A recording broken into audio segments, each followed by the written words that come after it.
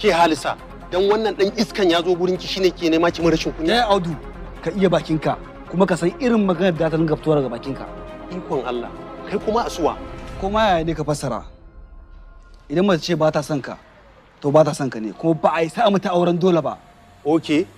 Kai kake ziga ta ta fandare min a matsayina na mijinta ko? Kai ka isa ka aure ni? Wannan hayanin fa da nake ji lafiya?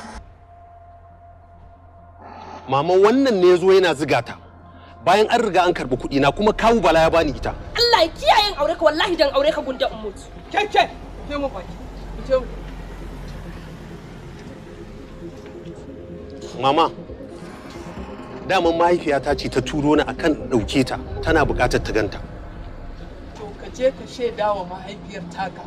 Ni mahaifiyarta na ce a'a ba inda za ta mai san ganin ta ya zo gida. Ko ba ƙananan yara ba ne ya kamata ta kuma.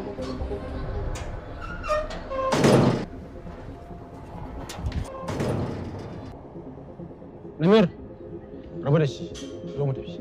To ɗaye manna, daman na san an gan shi sai an ganka. Sarkin iya yi.